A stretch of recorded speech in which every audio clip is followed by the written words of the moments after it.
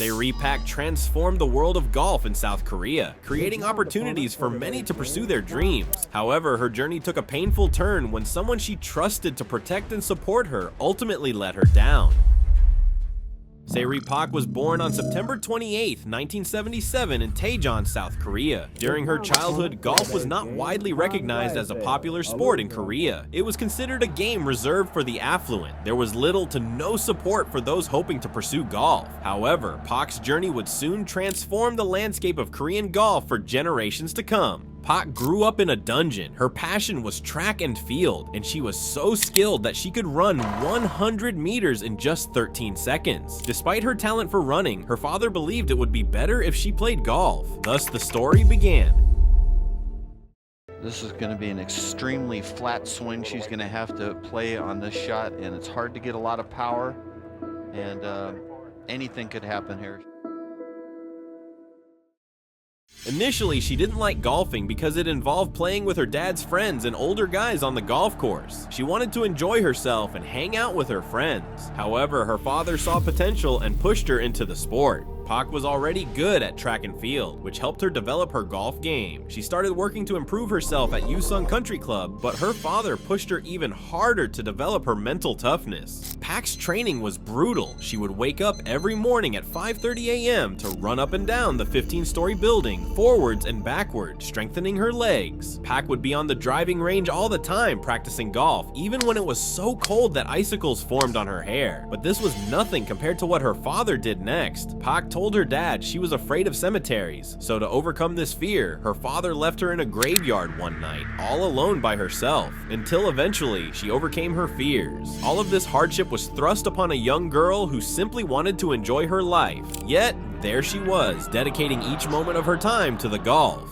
But with the sacrifices, her talent flourished. She became Korea's top amateur, winning over 30 tournaments. Pak's family wasn't wealthy, so they were only able to buy her club membership for a year. Most of her experience on real courses came from tournament practice rounds, while the rest of her time was spent on the driving range. Pak turned professional in 1996 and joined the Korean LPGA Tour. She quickly became famous, winning 6 tournaments and finishing second in 7 other tournaments. Everyone saw potential in Pak, and sponsorship deals started flowing in for her.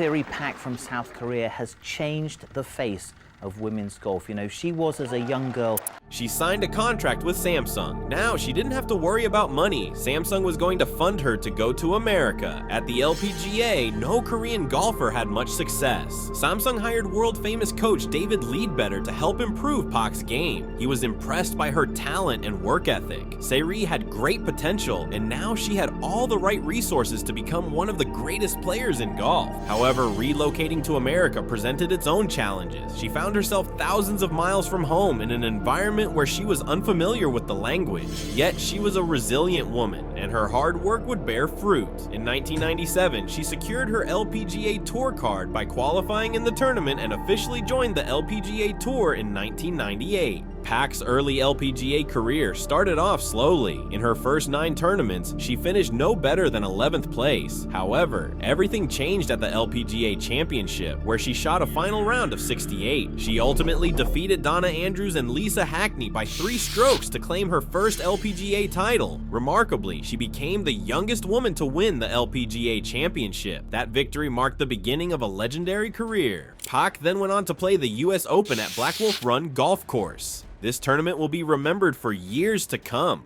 She dominated the tournament, but in the final round, she lost a bit of form, and the match was tied between Pak and Jenny Choi-Siraporn. Both players battled neck and neck, each trying their best to emerge on top in the playoff, but the match was still tied after an 18-hole playoff. Pak's clutch 18-foot birdie putt on the 92nd hole secured her second major championship of the year, making her the youngest player ever to win 2 major titles in one season. As the years went on, she continued to break records and win tournaments, including a historic performance where she shot a score of 61 in the Jamie Farr Kroger Classic. Following her amazing performance, she won the Rolex Rookie of the Year award that year. At the beginning of her career, she reached extraordinary heights. After the 1998 season, she became so famous during a visit to Korea that she was hospitalized due to extreme exhaustion. Overwhelmed by the pressure, she sought to regain control over her life. Though it was challenging, she persevered through the pain, showcasing embracing the strength that had brought her this far. Pak returned to the US for the 1999 LPGA season, maintaining her impressive performance by winning 4 tour events, although she did not secure any major titles. The next year was even more challenging as she left the season without a single trophy. In 2001, after a difficult year, she made a remarkable comeback, clinching 5 tournaments, including the British Open.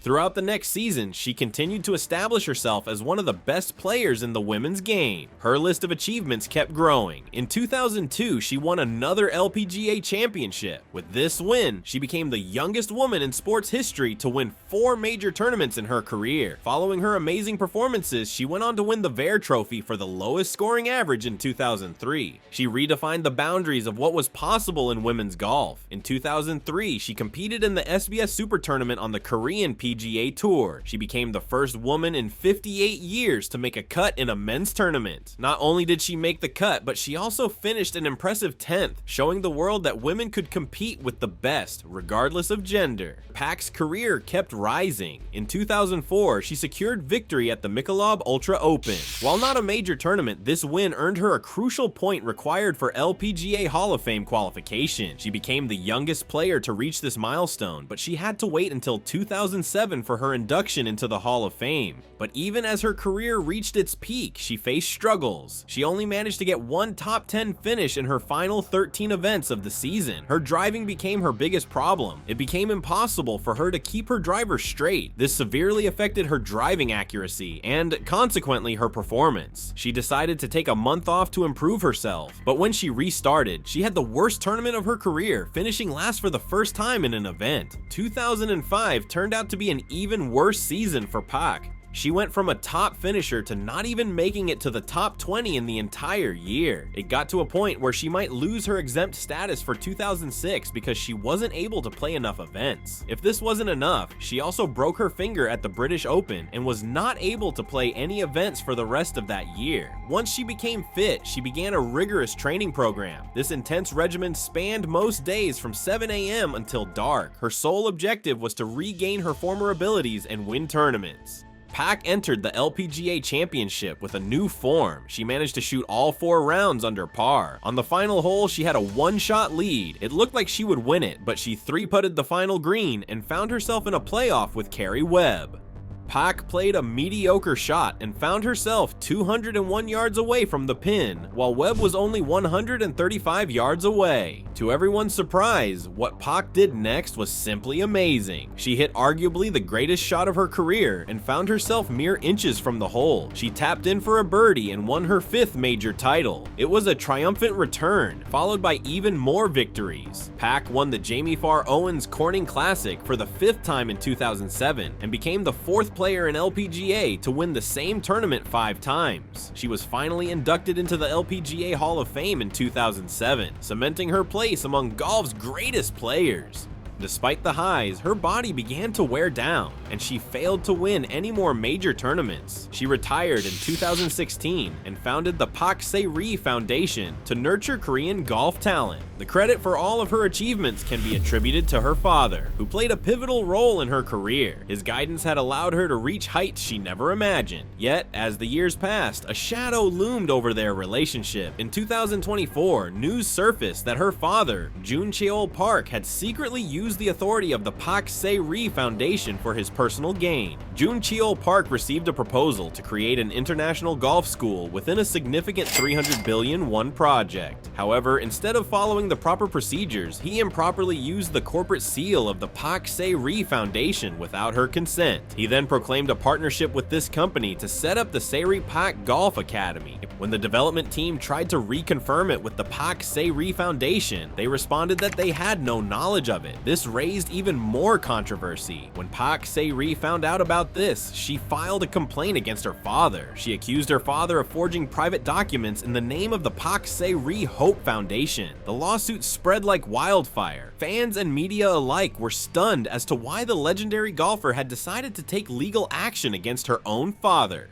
She decided to hold a press conference to address the issue. Pak, now 46 years old, stood in front of reporters, tears streaming down her face. In a voice filled with pain, she said, Because we are family, I've tried to do the best I can, but with my father's debt, whenever I took care of one problem, something else always popped up. It's been a constant cycle. Pak mentioned that her father's issues had been escalating. She aimed to maintain a boundary between her work and personal life, but her father's behavior compelled her to confront a tough choice. It shocked her to think her own father could betray her trust. However, Pa faced this challenge courageously and established clear boundaries with her father. Although she experienced significant pain, she was finally able to concentrate on creating the life she desired. By separating herself from her father's financial burdens, she took charge of her career and finances once again. During this period, she became an advocate for athlete independence and financial literacy. Pak spoke out about the importance of athletes having control over their earnings and personal decisions, hoping to prevent others from facing similar struggles. Despite the heartbreak, she also expressed her hopes for healing, stating that while she felt betrayed, she no longer felt responsible for her father's debts or actions. Today,